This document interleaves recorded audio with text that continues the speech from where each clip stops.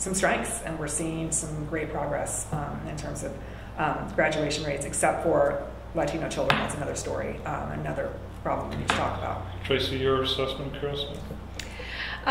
The one thing that I feel was lacking is the communication and the visibility for the greater community. Obviously, there was a lot of communication within the inner circles of the school district, but as far as looking outward into the community, there wasn't as if she was a political figure that was helping support the city and the community within Portland.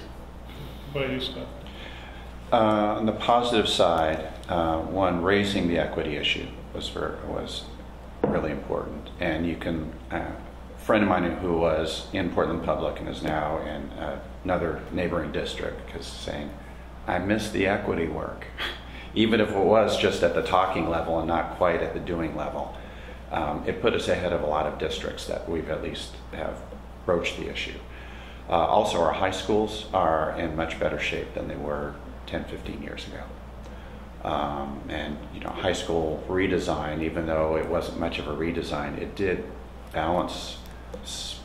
It got us more in balance. Certainly we're not there yet. Madison and Roosevelt are still underpopulated. Mm-hmm. They don't have quite the breadth, but their course offerings are much, much better than they were 10 or 15 years ago. And part of that was, and I don't know if this was deliberate or accidental, is that at least for a number of years there were strong principals in every high school. And that's just one of the keys. Now, you can't ever say that about our elementary, but we had something cooking there for a while, and that's really helped. On the downside, Carol Smith didn't know how to manage, and she knew that, and that would have been okay, but she never hired somebody else to create those management systems.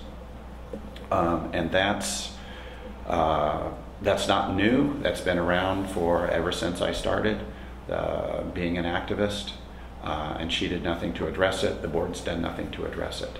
So her hiring of senior managers has been very uneven, and at times she's kept people around that have been, frankly, obstructionist. So you've been watching the board for 2 decades. Yeah.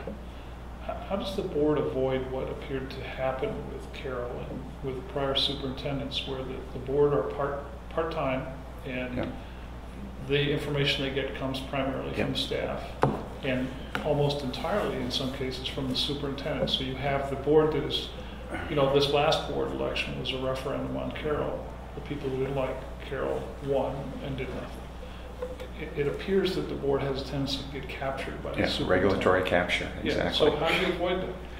I think you avoid that, and one of the first things I do as a board member is, working with the other board members, is to set up a communication plan for how we're going to hear from the public, because it's hit and miss now. And it would have to vary because some people have more free time than others. But I know some board members don't get out in public at all, frankly. To go to a PTA meeting or a neighborhood business association meeting or something along, or a meeting with teachers or community groups. So one is we have to get out of that building and hear from others without getting in the way of staff doing their jobs. So that would be one thing, and that's one thing I've done as an activist for years now is to go to meetings, to hear from people, to make presentations, lead workshops, whatever, and get that kind of input. So, but you're absolutely right. That's a core problem. You've been able to observe districts on both sides of the Columbia. So, what do schools in Clark County, or school districts in Clark County, do better than this district? They're better managed. I mean, that's Vancouver has a strategic plan. Portland doesn't. We have not had I worked on the strategic plan back in 1999-2000. After the KPMG audit. Yep. Yeah. And we had a couple hundred citizens, teachers, principals put together a really fabulous plan. Yeah. And gave it to the district. It was all nice, pretty wrapped up with a bow, and they killed it within a year. What was the, do you mind if I ask? That was good. What was the main reason for them not moving forward with your plan? Or the plan, I should say. The board never bought into it, and that was not exactly the most functional board in the world at the time. The senior staff did not understand it. I sat in with meetings with them and made presentations and tried to help them, and it took them months to understand some of the basic concepts we were talking about. Who was we? We. Partly it was community and parents for public schools, because a number of us, we had at least one person, I think, on every team. Mm-hmm. But it was also, I tried to work with my fellow team members to go out. I was making presentations to schools. I mean, they didn't have a rollout plan to go out to schools. I would go to site councils and make presentations, say, here's what the plan is, to bring that in, and here's how we want things to change. So you say that the districts in Washington are better managed. How much of that is a function of the board, and how much of it is it a function of them having better executives? I think it's better executives. But isn't that a board function? The board hires the superintendent. Can I ask what the strategic plan entails in the Clark County? Do you know? I've been to one or two meetings, but I haven't, sat down and looked at the whole thing. My primary interface has been through my job through career technical education, and seeing how that's rolled out and seeing how that's valued. Do they have access, and do they publish it on their website, or have? I'm sure it's up there. Yeah, but they also have, kind of regular updates. Hey, we're in year 2. Here's where we are with our milestones. So you wrote this plan, and the board was dysfunctional and didn't adopt it, and didn't understand it. That's your perspective. They adopted sort of the top level values, mission, vision, but we had a ton of recommendations. So one of our recommendations had to do with some of what you talked about, how we evaluate principals, and opted for a 360-degree evaluation of principals. And that just got flat turned down by the management then, by Carol Smith, by Vicki Phillips. That's something I've been pushing for.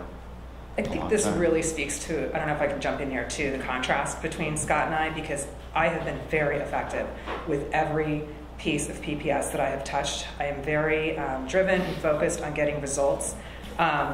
The lead paint example is an excellent example.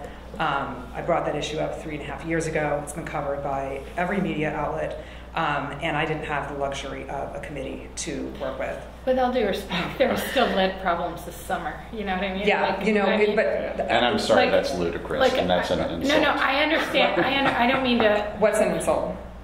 That you are effective and I'm not.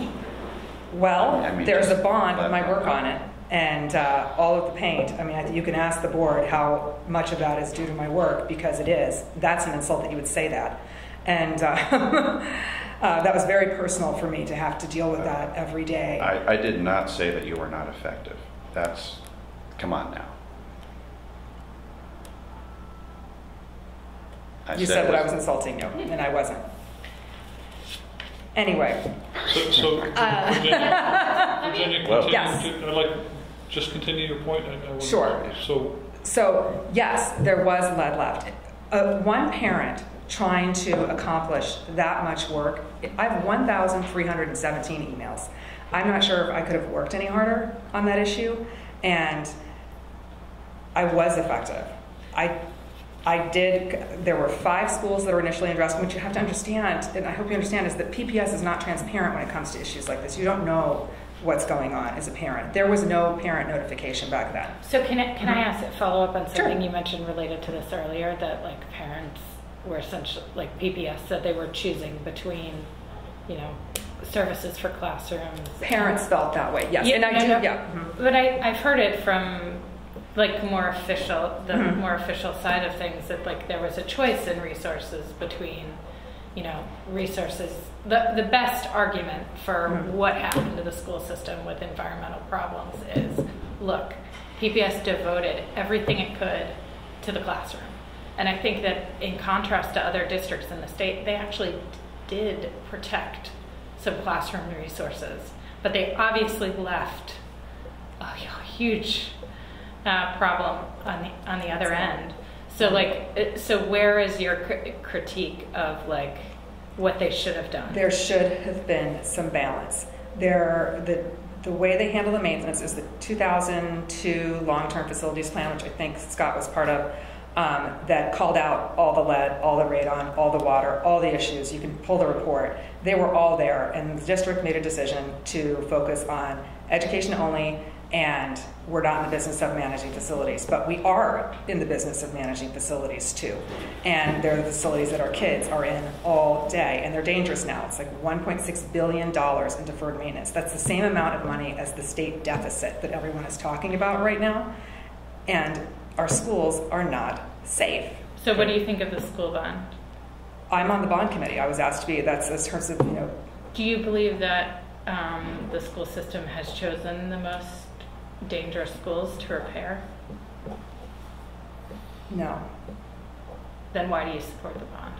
Because we need to address the health and safety hazards immediately. There are safety hazards that exist right now, like lead, and specifically it is a neurotoxin. It works instantly, and it's there. It's invisible. It's there. You can walk into any school with an XRF reader and find it everywhere. It needs to be addressed. If the priority is safety, why would we be completely overhauling 3 schools that we can't say are the most dangerous in the district right now? Because we still need to we still need to modernize our high schools, because all of our students will pass through those high schools.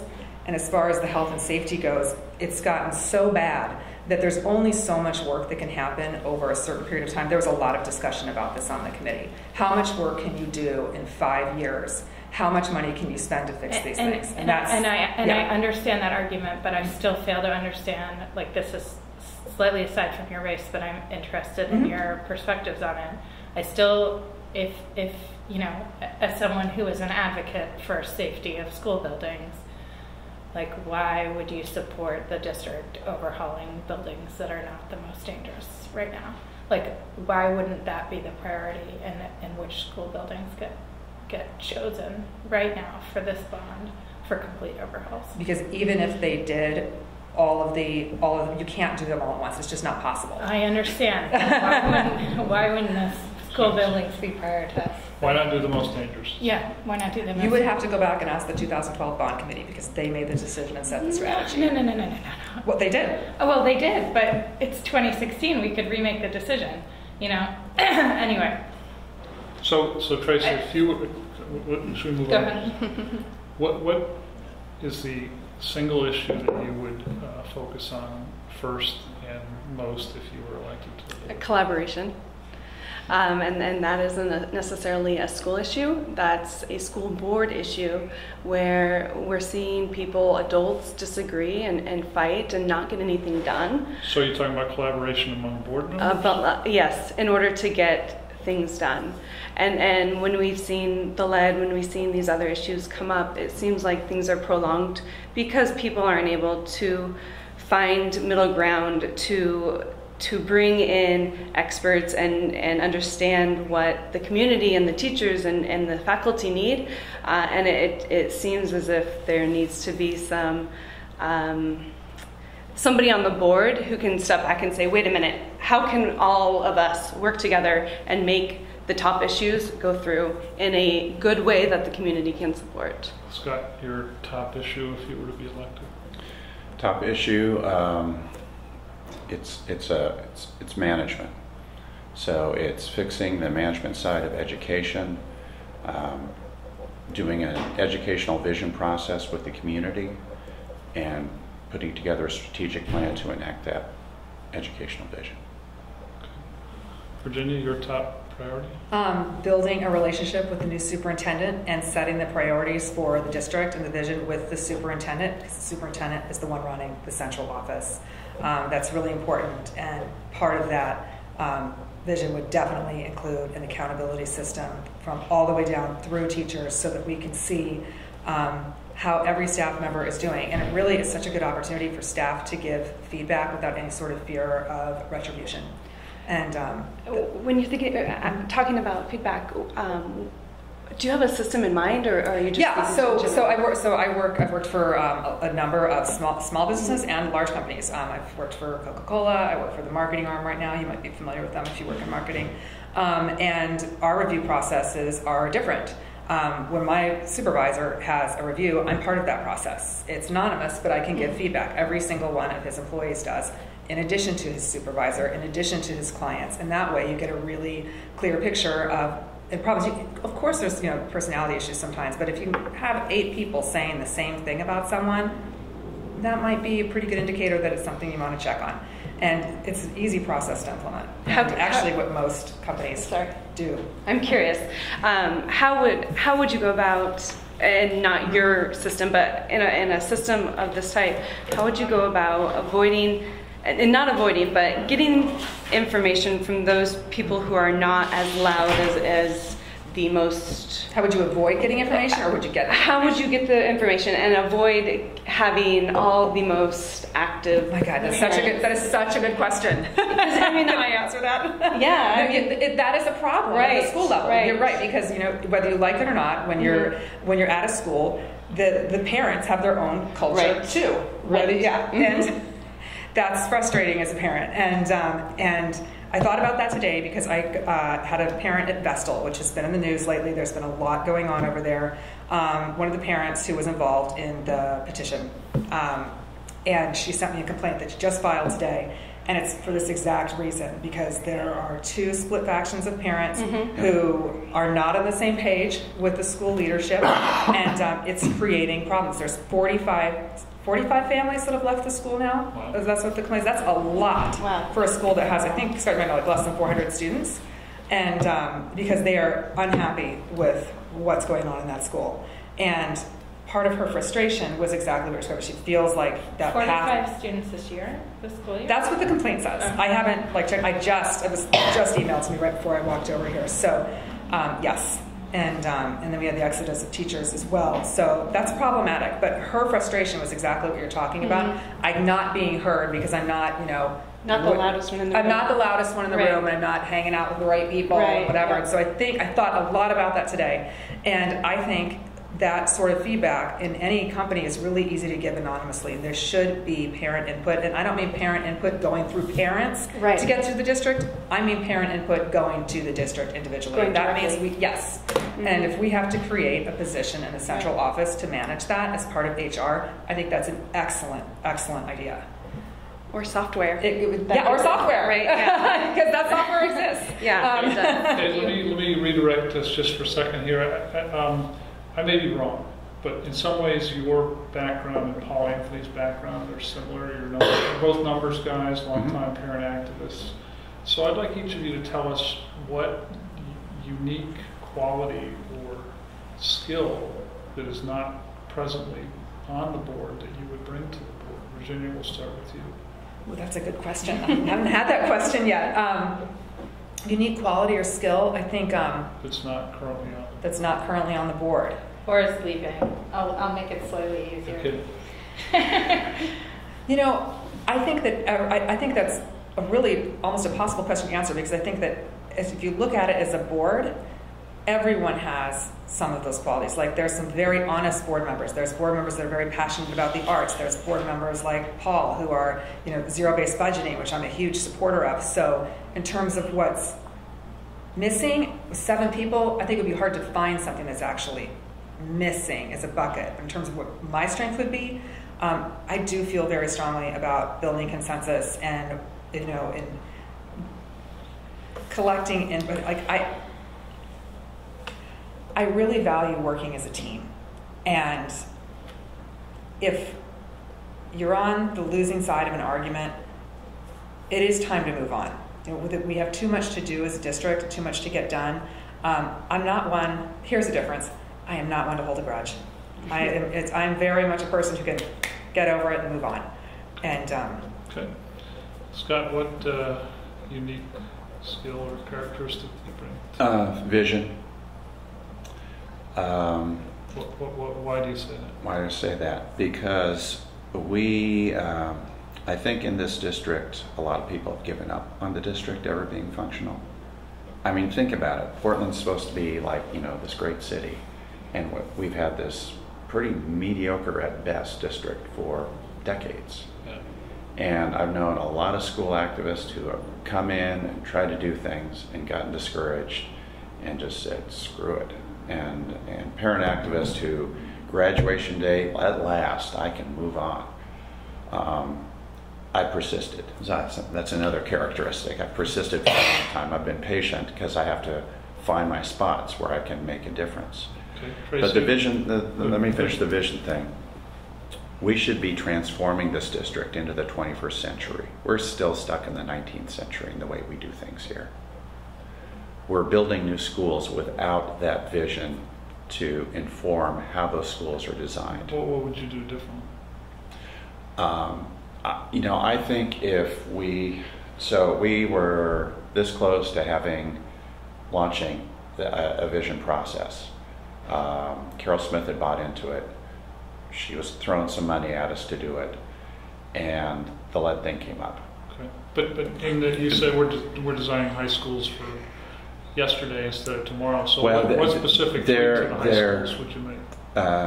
Part of the high school design is really positive in that they do have flexible spaces, for example. What's not there is they haven't engaged teachers in that discussion to say, how would you use these flexible spaces? And so we have teachers who are very upset about the 100% utilization model and fighting that as a battle instead of looking ahead and saying, how can we transform what we do? Because if you get ahead of that, like at Nathan Hale High School that got redesigned a couple of years ago in Seattle, they had the discussion first of, if we have flexible spaces, we have to trust kids. And that's a whole different culture from we have to keep track of where a kid is every moment of the day. So it's rethinking our relationship with kids and how we trust them, what kind of responsibilities they have in their education. That's a whole different model. And it's also thinking about how do we enhance creativity. We know, and if you've seen the Sir Kenneth Robinson TED Talk, 96% of kindergartners say they're creative, and then it's 70% of second graders, and then it's 10% of 12th graders. Wow. If we have, and I think part of that's the testing regime that we have that just drives out arts and PE and the stuff that kids need to, really move around. It's very difficult to do project-based learning now, when you might have a principal who's saying, hey, you're supposed to do 90 minutes of math a day, and Yep. I gotta cut you off there. Tracy, what would you say that you bring that isn't currently on the board? Yeah, I don't come in with a personal agenda. I don't have kids that I want to fix the district for, or really an intention other than I know there's issues within my community, within my neighborhood that aren't being addressed because there's no one really representing that position. So I want to come in and be that outside voice and say, hey, can we listen to what our community members say? Can we listen to what this person says? Rather than coming in and saying, well, I think this is what we need to do first, if that makes sense. Okay. Virginia, do I remember correctly that you withdrew your Yes. children from Mm-hmm. My husband is Jewish, and my kids identify as Jewish as well, and in conjunction with the fact that PPS was unable to meet my oldest son's learning needs, and the lead tornado that happened at the same time was a tough decision, but they will be going to grant, and that actually, as I was listening to you talk, that is the difference, biggest difference between me and the board, that I'm the only one that has elementary school age children and has been through the ringer with the current system on numerous occasions and really wants to collaborate to help change it. Everything I've ever worked on has always been for every student. It was never just for my school. It was for every single school. And that is definitely the biggest difference. But just to be clear, because I don't think I knew this, so your kids are not in public schools currently? No. How long have they not been in public schools? 2.5 years. Okay. And the lead issues that I've worked on for the last year have been for the good of the district. They did not benefit me personally.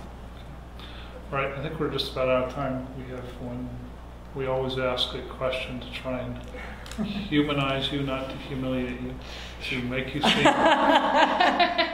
seem to make you seem more accessible to our readers. What is that question? I can't remember how we're supposed to phrase it. Oh, I think we're supposed to phrase it by. How would you be described in your high school yearbook? Like what? What superlative would you have? Most studious, least likely to get arrested, most likely teacher's pet, most athletic, who knows, best haircut. I'm looking at you. All right. All I can say is my son, Charlie, when he was at Grant, got a hold of my yearbook and went, "Oh my God, I look like him back then. I'm going to look like him in the future." Oh, Jesus. Yeah. All right, so scarred him for life. Your superlative, Tracy, we'll pick on you first. What would your Sure. high school yearbook have said about you? Well, I did win Best Personality. She says modestly. Yeah, I mean, if one word, I have a personality that people like and enjoy talking with. I want to listen. I want to feel that connection with people. So I have a personality that people can get along with, and I can do well with big groups and managing those tough conversations. Good. Virginia? Persistent and honest. I've actually asked my friends that question. I was like, what do you think of me? Scott? Oh, I was the brain. Thank you so much for coming in. Thank you. It was a pleasure to talk to all of you, and don't hesitate to be in touch Appreciate if you it. have other thoughts going forward for particularly the next. My boys will be going to Grant. Fair enough.